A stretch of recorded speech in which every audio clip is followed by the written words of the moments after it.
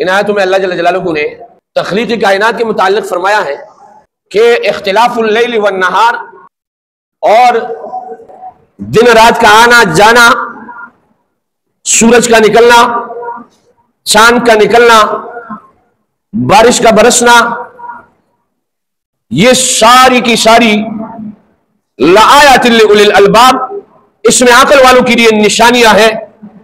اور اللہ جل جلالہ ان لوگوں کے متعلق فرما رہے الذین یذکرون اللہ قیاما وقعودا وعلی جنوبہم ویتفکرون فی خلق السماوات والارض، کہ وہ لوگ جو اللہ کو یاد کرتے ہیں حالت قیام میں، کھڑے ہونے کی حالت میں، وقعودا بیٹھ کر، وعلی جنوبہم لیٹ کر، ویتفکرون فی خلق السماوات والارض، اور اللہ کی اس تخلیق میں فکر اور غور کرتے ہیں، اور غور کرنے کے بعد یہ صدا، یہ ندا لگاتے ہیں ربنا ما خلقت ھذا باطلا، یا اللہ اس کائنات کو آپ نے بیکار نہیں بنایا ہے،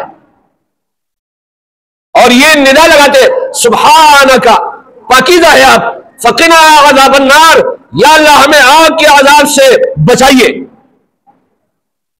میرے دوستوں اور بزرگوں، قرآن مجید کو اگر ہم دیکھیں، حدیث میں آتا ہے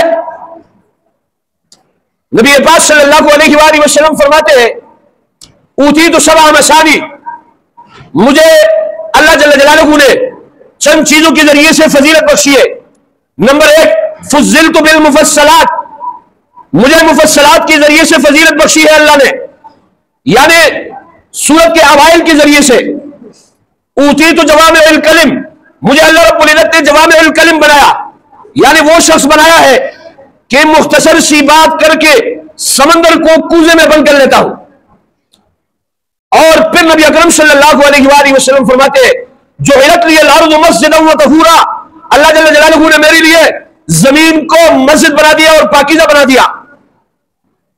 اور آگے فرمایا اوتیت السبع مثانی، اللہ جل جلالہ نے مجھے 7 آیات عطا فرمائی۔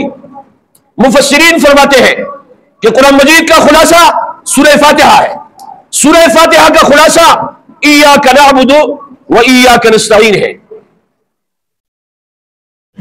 اور ایاک نعبد و ایاک نستعین کا خلاصہ کیا ہے؟ خود شناسی، خدا شناسی۔ اگر انسان اپنے آپ کو پہچان لے، انسان اپنے آپ کو پہچان لے تو میرے عزیز ساتھی اس کا ایمان کامل ہو جاتا ہے، اس کا یقین کامل ہو جاتا ہے، اور خود شناسی اور خدا کو پہچان لے تو اس کا ایمان مکمل ہو جاتا ہے۔ ایاک نعبد و ایاک نستعین سورہ فاتحہ کا خلاصہ، اور اس میں ایاک نعبد و ایاک نستعین میں خود شناسی اور خدا شناسی ہے۔ اس سے میرا رب فرما رہے وفی انفسکم افلا تبصرون، ارے انسان آپ اپنے نفس میں کیوں نہیں سوچتے ہو؟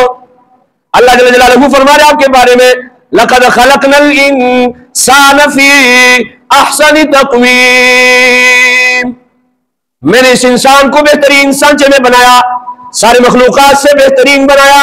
میرا رب فرما رہے لقد خلقنا الانسان فی احسن تقویم، میں نے اس انسان کو بہترین سانچے میں بنایا۔ میرا رب آگے فرما رہے وَلَقَدْ كَرَّمْنَا بَنِي آدم، شکر کرو اللہ رب العزت فرما رہے وَلَقَدْ كَرَّمْنَا بَنِي آدم وَحَمَلْنَاهُمْ فِي الْبَرِّ وَالْبَحْرِ، میں نے انسان کو، بنی آدم کو عزت بخشی ساری مخلوقات پر۔ وَلَقَدْ كَرَّمْنَا بَنِي آدم وَحَمَلْنَاهُمْ فِي الْبَرِّ وَالْبَحْرِ وَرَزَقْنَاهُمْ مِنَ الطَّيِّبَاتِ وَفَضَّلْنَاهُمْ عَلَى كَثِيرٍ مِّمَّنْ خَلَقْنَا تَفْضِيلًا۔ اللہ جل جلالہ نے مجھے اور آپ کو ساری انسانیت پر فضیلت بخشی ہے۔ اللہ رب العزت فرما رہے ہیں کہ میں نے بنی آدم کو عزت بخشی ہے، وَحَمَلْنَاهُمْ فِي الْبَرِّ وَالْبَحْرِ، اور اس کے لیے میں نے مسخر کیا بر و بحر کو، وَرَزَقْنَاهُمْ مِنَ الطَّيِّبَاتِ، اور میں نے اس کو پاکیزہ رزق کھلایا، وَفَضَّلْنَاهُمْ عَلَى كَثِيرٍ مِّمَّنْ خَلَقْنَا تَفْضِيلًا، اور ساری مخلوقات پر میں نے اس کو فضیلت بخشی، الحمدللہ کہہ دو۔ ہم انسان ہیں، انسانیت میں اللہ رب العزت نے انسان کے متعلق فرمایا ہے کرمنا بنی آدم۔ یہاں پر جو ہے کسی کا امتیاز نہیں ہے، یا ایھا الذین آمنوا کا خطاب نہیں ہے، بلکہ ساری انسانیت کے متعلق میرا رب فرما رہے کہ آدم کی اولاد کو میں نے ساری مخلوقات پر فضیلت بخشی ہے۔ لیکن میرا عزیز ساتھیو، یہی انسان، یہی اشرف المخلوقات جس کے متعلق میرا رب یہ فرما رہے کہ میں نے اس کو فضیلت بخشی ہے، اس کو یہ کہا جاتا ہے کہ آپ اپنے نفس میں سوچتے کیوں نہ ہو، اللہ رب العزت نے آپ کو بہترین سانچے میں پیدا کیا، آپ کو بہترین تخلیق عطا کی، ساری مخلوقات پر آپ کو فضیلت بخشی ہے۔ اور آگے اللہ رب العزت اس شخص کے متعلق الذین یذکرون اللہ قیاما وقعودا وعلی جنوبہم ویتفکرون فی خلق السماوات والارض، اس شخص کی ستائش فرما رہے کہ جو لوگ اللہ رب العزت کو کھڑے بیٹھے لیٹے اور اس تخلیق کائنات میں سوچتا ہے، فکر کرتا ہے، غور کرتا ہے، اللہ رب العزت نے اس شخص کی ستائش فرمائی ہے۔ میرے عزیز ساتھیوں، ایک بات آپ سے سوال کرتا ہوں، نبی اکرم صلی اللہ علیہ وآلہ وسلم کی سیرت تو آپ سب نے پڑھی ہوگی نا؟ پڑھیے او بھائیو، آپ سے پوچھ رہا ہوں، آپ نے سب نے نبی اکرم صلی اللہ علیہ وسلم کی سیرت پڑھی ہوگی نا؟ اور جس نے پڑھی ہے ذرا ہاتھ کھڑا کرے۔ ماشاءاللہ سب نے پڑھی ہے، پھر تو آپ سب کو پتا ہوگا کہ نبی اکرم صلی اللہ علیہ وآلہ وسلم نبوت سے پہلے، نبوت کے بعد غار حرا میں کیا عبادت فرمایا کرتے تھے؟ کوئی بتا سکتا ہے؟ اور ذرا سوال کا جواب دیجئے۔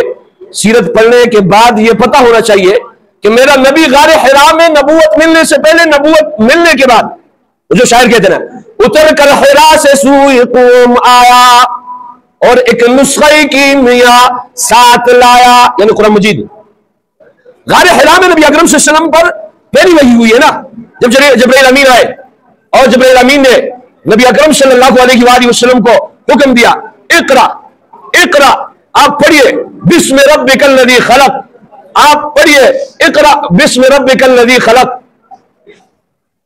تو میرے عزیز ساتھیوں، نبی اکرم صلی اللہ علیہ وسلم کا جواب ہوتا ہے ما انا بقاری، میں پڑھا لکھا نہیں ہوں۔ آپ کو پتہ ہے نبی اکرم صلی اللہ علیہ وآلہ وسلم کا ایک لقب امی ہے، نبی پاک صلی اللہ علیہ وآلہ وسلم امی ہے، نبی اکرم صلی اللہ علیہ وآلہ وسلم۔ تو پھر جبرائیل امین نے دوبارہ جو ہے سینے سے لگایا اور کہا اقرا، پڑھیے۔ دوبارہ جواب میرا ما انا بقاری سے بارہ نبی اکرم صلی اللہ علیہ وآلہ وسلم نے جبرائیل امین کو سینے سے لگایا اور فرمایا اقرا بسم ربک الذی خلق۔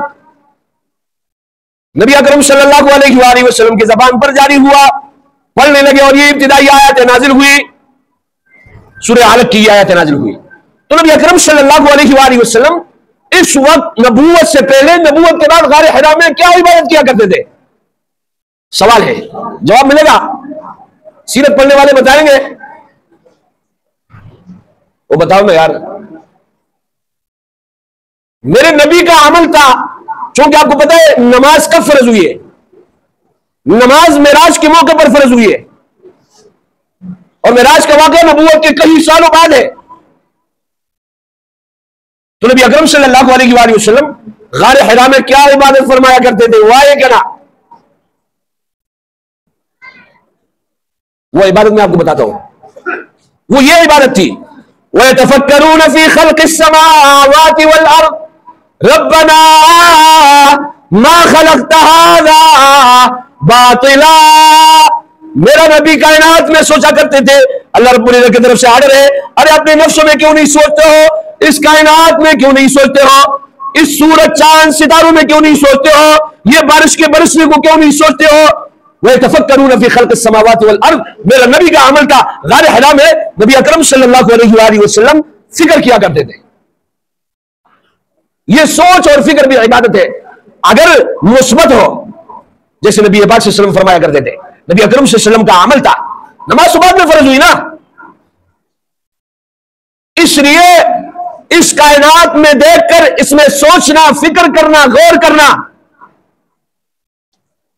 یہ مجھے اور آپ کو امر ہے، حکم ہے، اور اس کی ستائش کی گئی ہے اور میں آپ کو بتاؤں، جب ہم سوچتے ہیں اپنے آپ کو، اس سورج چاند ستاروں کو، اس نظام کو جب سوچتے ہیں تو ہمیں ایک نقطہ نظر آتا ہے کہ ہر چیز کے لیے ابتدا میں ضعف ہے. اللہ الذی خلقکم من ضعف ثم جعل من بعد قوت ضعفا وشیبا. اللہ رب العزت نے اس کو بھی ذکر فرمایا کہ اللہ رب العزت انسان کو ابتدا میں ضعیف پیدا کرتا ہے، اس کے بعد وہ جوان بنتا ہے، اسے قوت ملتی ہے، اس کے بعد دوبارہ جو ہے ضعف کی طرف چلا جاتا ہے. ایسا ہے کہ نہیں ہے؟ بتاؤ نا یار. اسی طریقے سے اگر آپ نے سورج کو دیکھا، صبح کے ٹائم کمزور ہوتا ہے، لیکن اس ٹائم پر جو ہے یہ آب و تاب میں ہوتا ہے، یہ تیز ہوتا ہے، اور پھر جو ہے عصر کے بعد کمزور پڑنا شروع ہو جاتا ہے، اور آخر میں کیا ہو جاتا ہے؟ غروب ہو جاتا ہے نا. بتاؤ نا یار.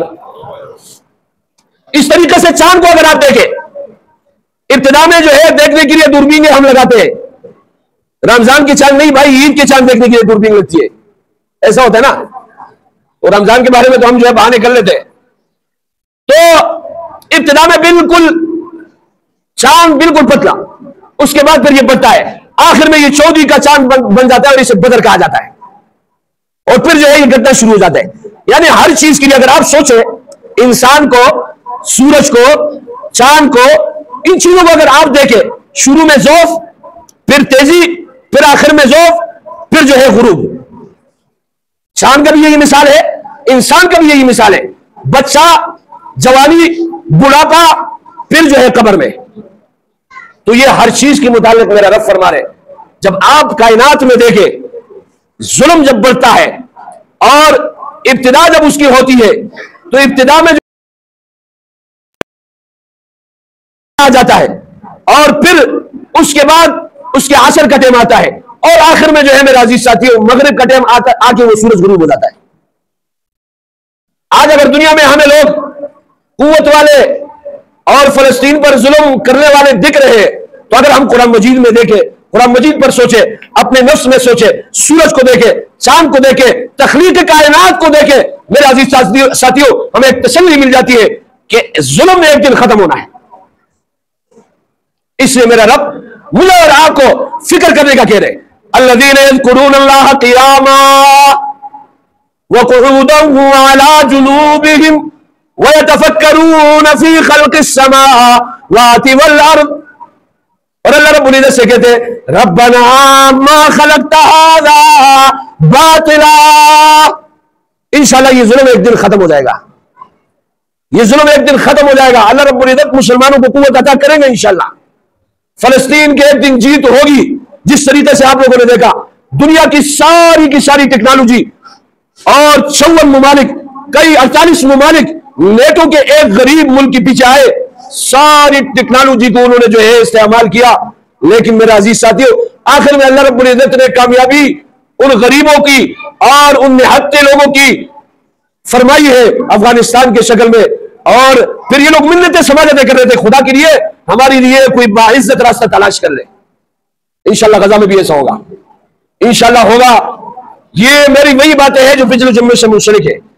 میرے عزیز ساتھیوں غزہ میں جو ظلم ہو رہا ہے، جو بربریت ہو رہے ہے، اور جو نہ بچوں کو دیکھا جا رہا ہے، نہ خواتین کو دیکھا جا رہا ہے، نہ بوڑھوں کو دیکھا جا رہا ہے، سوچتے سوچتے قرآن مجید میں جب سوچتے ہیں تو میرے عزیز ساتھیوں ہمیں تسلی مل جاتی ہے کہ ایک دن، ابھی تو اس کے میرے عزیز ساتھیوں عصر کا ٹائم شروع ہونے والا ہے، اور انشاءاللہ یہ غروب ہوگا. اور پھر میرے عزیز ساتھیوں اس کی تاریخ جو ہے میرے عزیز ساتھیوں 20 تک ہو چکی ہے، اور یہ 25ویں تاریخ پر جانے والا ہے، اور آخر میں چاند کی طرح جو ہے میرے عزیز ساتھیوں یہ غائب ہوگا. اس کا بڑھاپا شروع ہو چکا ہے انسان کی طرح، اور بڑھاپا جب شروع ہو جاتا ہے یہ آخر میں جاتا ہے پھر دفن ہو جاتا ہے.